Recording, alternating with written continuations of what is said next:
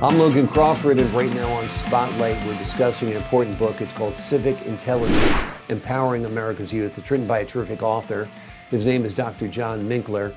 It is a transformative guide to revamping civic education. This book addresses the urgent need to teach democratic principles, civic values, and systems thinking in K through 12 schools to strengthen American democracy. With over 50 years of experience, the doctor offers a powerful roadmap for empowering the next generation to engage in community problem solving and foster lasting change.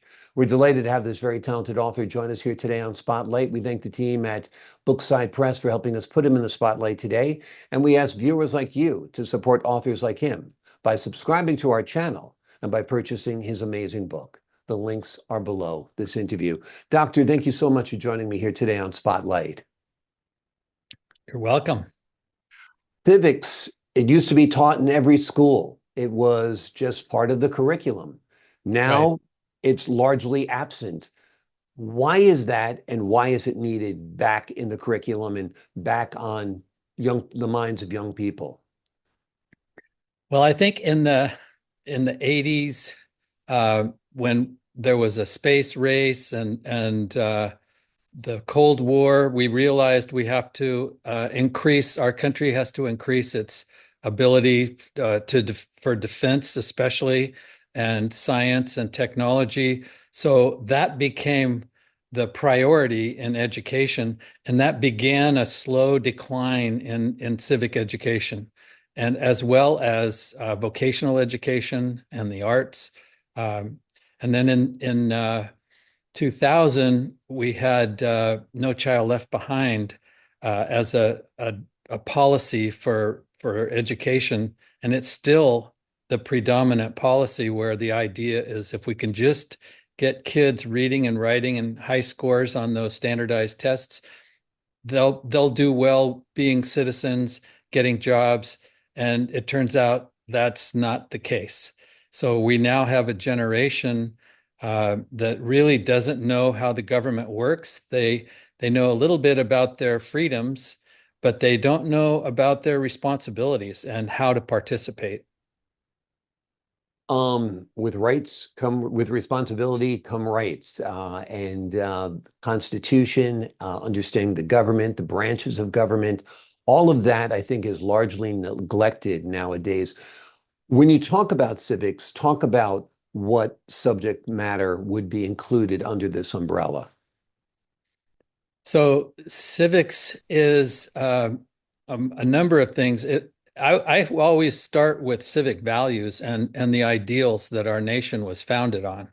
Um, to me, that's the cornerstone. If you don't understand that, uh, you're lost as far as being a responsible citizen. So one of the things we emphasize in our Civic Education Center is the importance of students understanding American ideals and civic values. But then we teach students how to identify the issues that they're concerned about, how to choose an issue and do research on that issue, find community partners who can help them understand it and learn about what's already being done.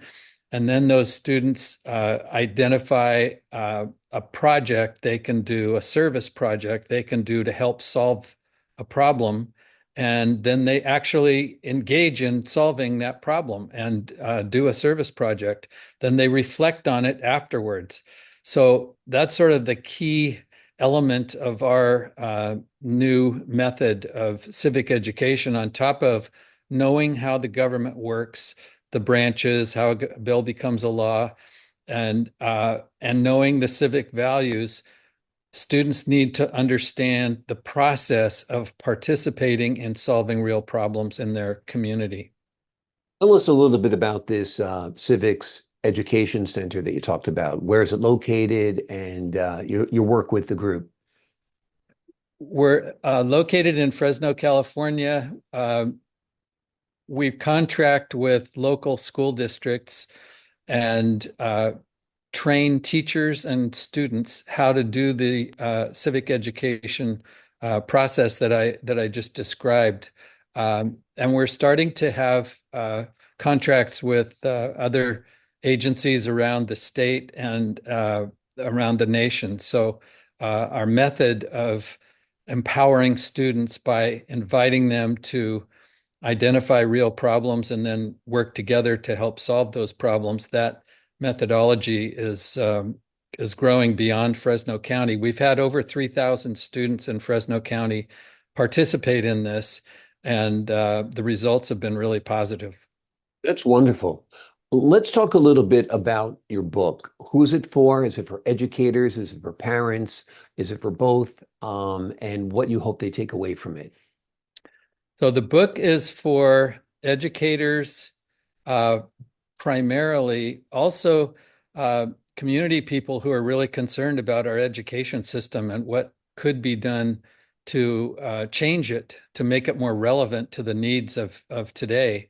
Um, we emphasize that students need to, when they're doing research on an issue, they need to find community partners to work with, including community-based organizations, service clubs, government agencies, and universities, and so forth, and parents.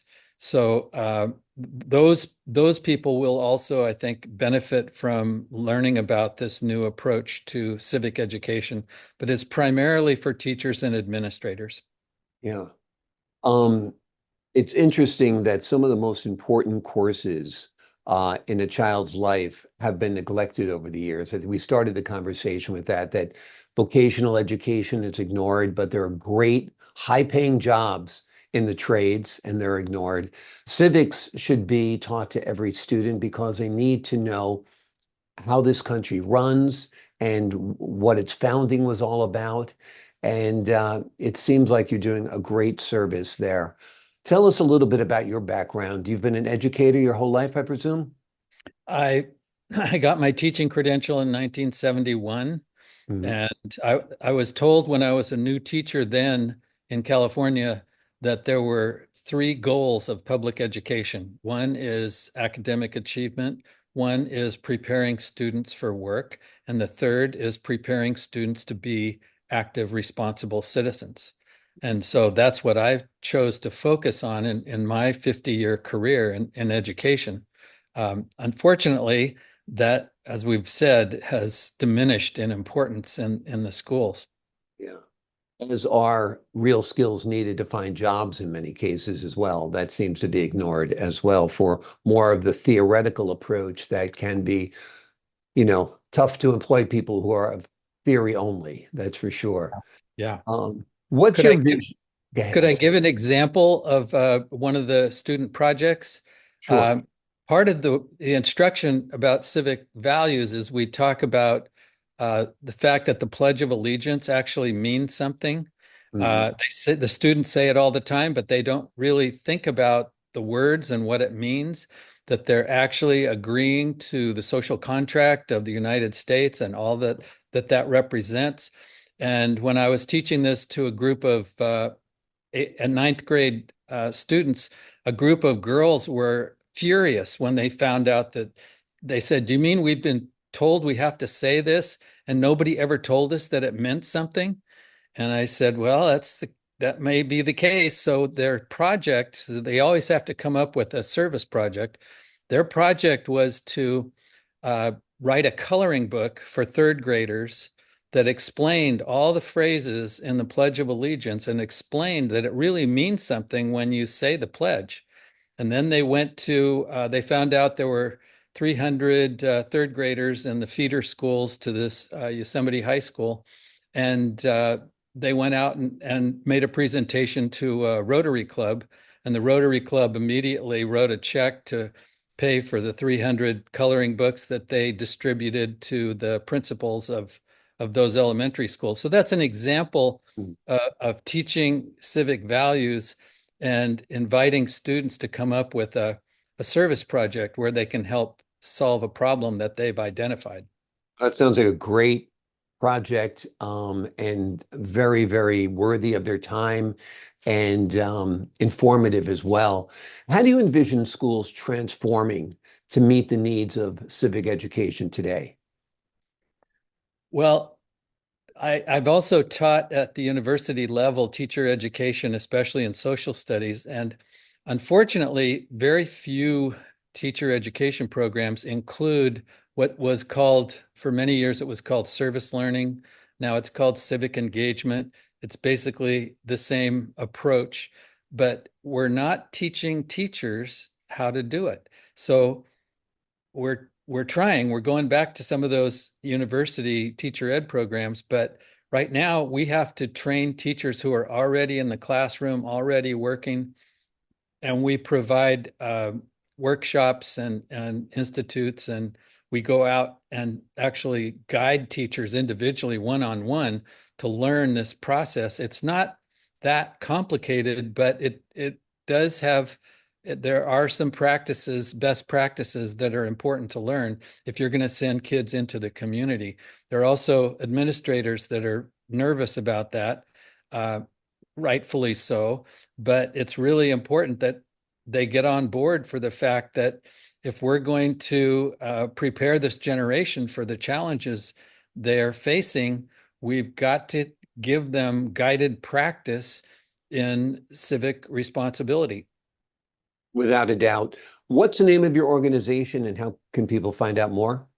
The Civic Education Center, it's civicedcenter.org.